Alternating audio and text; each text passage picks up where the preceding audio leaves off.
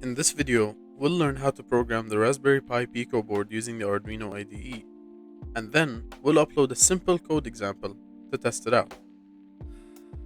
First, you'll want to launch the Arduino IDE software and click on the File tab at the top of the screen. Then click on Preferences from the menu. After that, a window will open up. Go to the field at the bottom of the window next to the phrase Additional Boards Managers URL and click on it. Paste this link in the field. You can find this link on the lesson page on Voltat Learn and also in the description of this video. Next, click on the Tools tab at the top of the screen.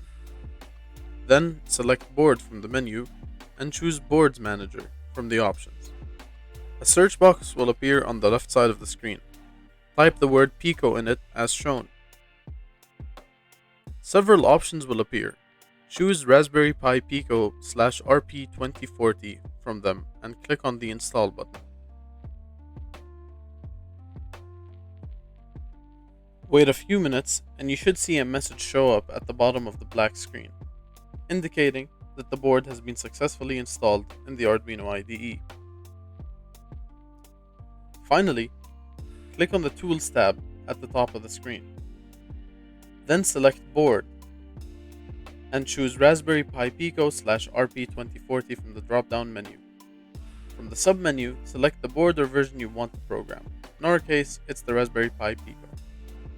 Now, you can upload your code that you want on the Raspberry Pi Pico.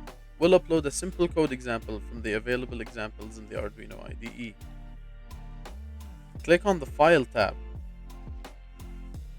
and select Examples from the menu. From the submenu that appears, choose Basics and select Blink. After that, the window of the selected example will open. Now before uploading, press the boot cell button on the Raspberry Pi Pico board and connect the USB cable while keeping the button pressed.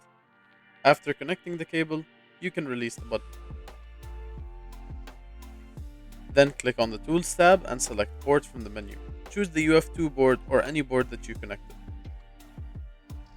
Hit Upload and you'll find that the LED light on the Raspberry Pi Pico board will light up for fixed periods of time, indicating that the code is working. Thanks for watching our video, and you can find more of our videos and tutorials on our website learn.voltat.com and our YouTube channel.